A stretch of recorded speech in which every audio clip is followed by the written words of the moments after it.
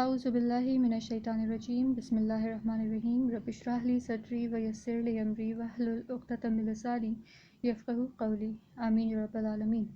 Assalamu alaikum everyone. I hope all of you are doing good and are ready to cover the final characteristic of an ism, which is what we have been studying for the past few days. So let's start off inshallah. But before we do, let's ask Allah subhanahu wa ta'ala to help us out and to make these concepts easy inshallah. So Rabbi Yassir wala tu'assir wa tammim bil khair. Amin ya rabbal alameen. Before proceeding with the actual chapter, I would like to present an overview of what we have done so far. Alright, so far we know that an ism has four characteristics. First is its i'rab, alright, whether it's rafa, nasab or jar. Then second is its gender, whether it's masculine or feminine. Next is its status, whether it's rafa or whether it's marfa or nakra.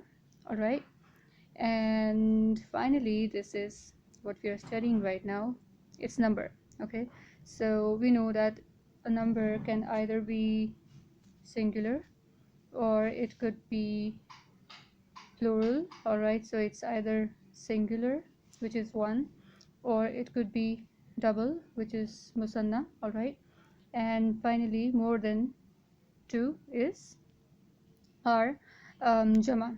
Okay, so that's how we're going to cover. We know about singular stuff. Now we are going to study how to make musanna, that is the double plural. Okay, and then finally we are going to start off with how to make a jama salim in Arabic asma.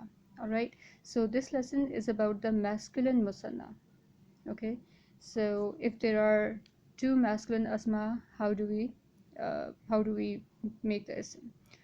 Now regarding the overview, we have a little summary for this, and this is a summary for the next 3 chapters. Yeah, so we are going to start off with this today. Okay, so this is masculine and these are the suffixes that we are going to learn in order to make the masculine musanna. Alright, so muzakkar musanna is via this set of suffix, and this is for feminine, the next chapter.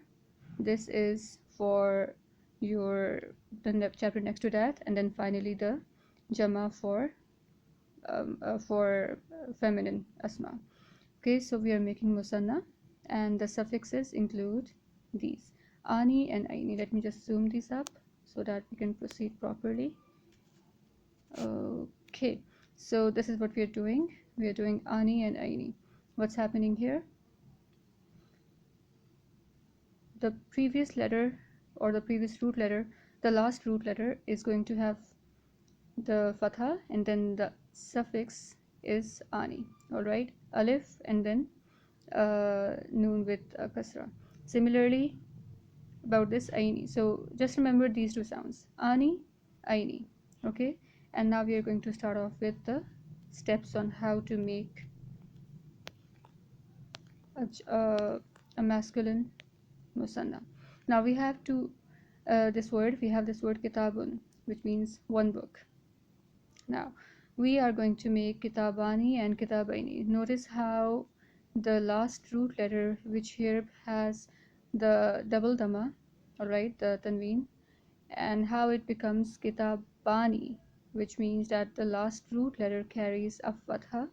Alright, and then this suffix gets added to the last root letter.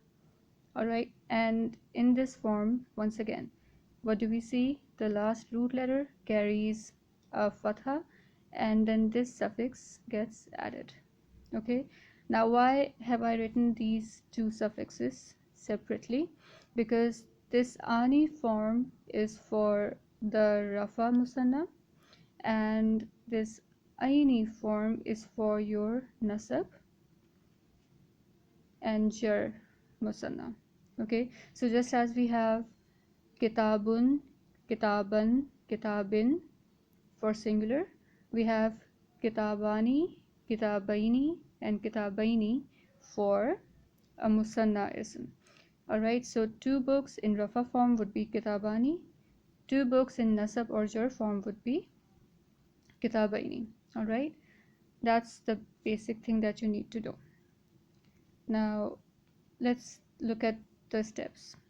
2 steps, and I've already outlined these 2 steps previously. Okay, so first of all, replace the last root letter's harakat with a fatha. Okay, and this is last root letter. So we have kitabun. Here the last root letter is ba with a ending bun sound. It gets replaced with the fatha.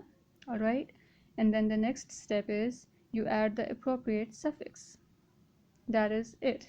Okay, so if you have a rafa masculine, okay, and of course musanna, then this ani gets added.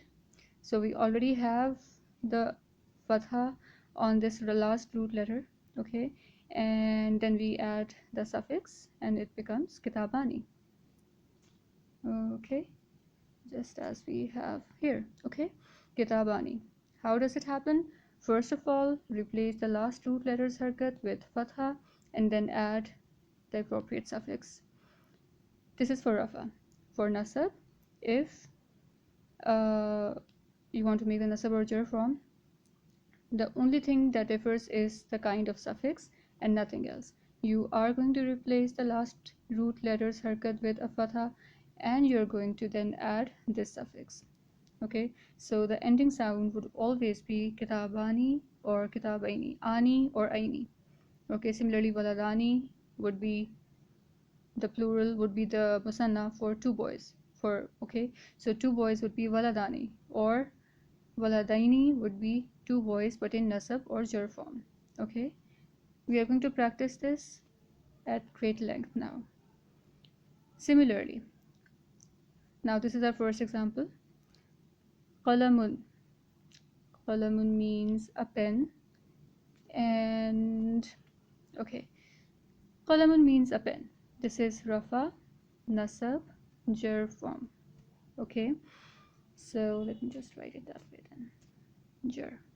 Okay, so qalamun, qalaman, notice the post-tanween alif, and then qalamin. This qalamun becomes qalamani, and qalaman becomes qalamaini, and qalamin becomes once again qalamaini.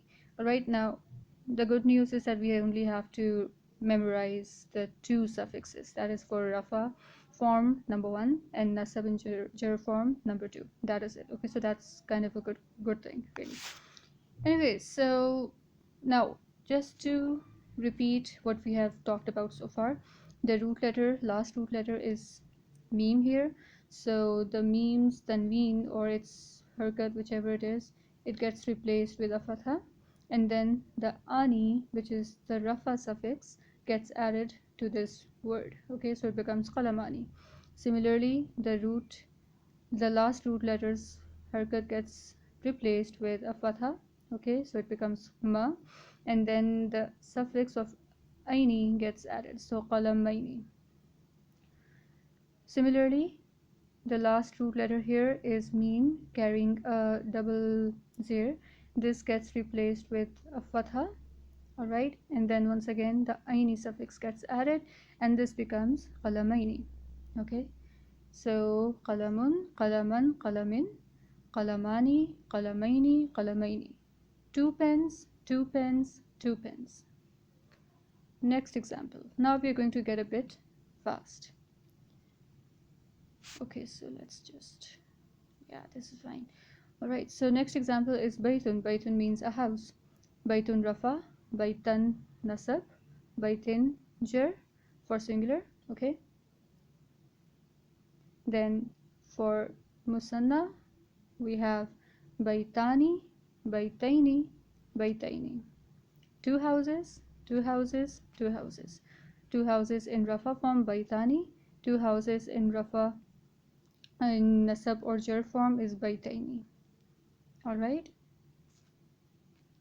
next example, waladun, a boy. A boy in rafa form waladun, 2 boys in rafa form waladani. Notice how the tanween gets replaced with fatha in the last root letter, and then ani gets added. Okay. Similarly, one boy in nasab form is waladan, and in musanna form, nasab status is waladaini. Okay. And then similar is the case for a jar configuration. In musanna form, waladaini.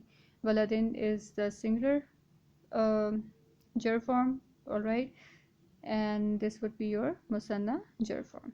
So waladun, waladan, waladin in singular. In musanna it would be waladani, waladaini, waladaini. Next, nasirun, one who helps. Now you already know that this is a masculine, all right, masculine ism, because you don't see any of the three flags of feminine gender, and you know that it is not it is not a synonym of those four words that we studied in the previous lesson. Okay, so keep those things in your mind as well. All right, now nasirun, a male helper. Okay, nasirun becomes nasirani, nasiran becomes nasiraini, nasirin becomes nasiraini. All right, now how are you going to practice it? You're going to practice it as nasirun, nasiran, nasirins. All right, so the singular form gets first, so nasirun, nasiran, nasirin. Then the musanna form, nasirani, nasiraini, nasiraini. Okay, two helper boys, or rather two male helpers, two male helpers, two male helpers. Next example, ghafilun, the one who is neglectful, okay, or one who neglects.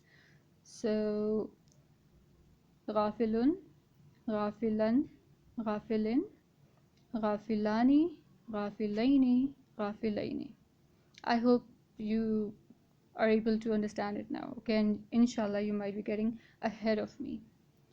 All right, so our next and final example for this section is first of all, we are going to see that it doesn't bear the tanween, and it also carries this alif lam, which is al, which means that this ism has been made mu'arraf bil lam. Okay, so what happens then? If an ism is mu'arraf bil lam, the only thing that changes is the addition of this alif lam, and that is it. Okay, so al muslimu becomes al muslimani, al muslima becomes al muslimaini, al muslimi becomes al muslimaini. Now what's happening here? Muslimun would have been its nakra form. Yes, all right, so muslimun is a singular nakra form in rafa configuration. Its nakra musanna would have been muslimani. All right, now in order to make its musanna in mu'arraf bil lam form, we simply add an al in the beginning. That is it. So al muslimani, then al muslimaini, and what would be its nakra form? It would be muslimaini only. Okay, two Muslim boys, or two male Muslims. Okay, and then al muslimaini once again. Now you must be thinking how to differentiate if a musanna is in rafa form or it is in jar form. The answer is quite simple. You're going to know it through the context. Okay, and this is what we are going to cover in the subsequent chapters, inshallah. So that is it. Okay, this was our final example, and I hope that you can now make the musanna of other asma as well. All right, so this is fairly easy, and now you can understand this point of the summary. Okay, so now you can see that why it is ani and aini. So if you have a desk is called maktabun. Okay, maktab.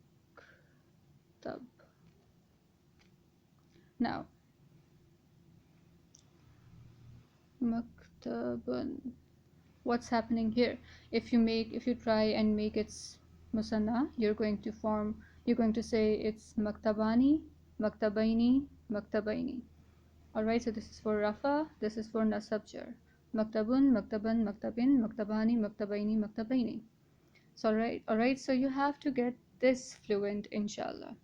In the next video, inshallah, we are going to cover how to make the musanna of a feminine ism. All right, and well, if you just take a glance at it, you'll just know that there's nothing that is quite different from the masculine method. Okay, and why is that? There is only the addition of this ta. All right, and how it comes to pass is something that we're going to discuss in the next lesson, inshallah. Okay, in this lesson, just remember waladun, waladani, waladaini, waladun, waladan, waladin, waladani, waladaini, waladaini. All right, that's how you should be practicing. So let's wind up our lesson here, and in the next lesson, inshallah, we are going to practice how to make a feminine musanna. All right, so if it's two girls, how would we make their musanna? Okay, till that time, barakallahu li wa lakum fil Qur'an al Hakim. Allah Hafiz.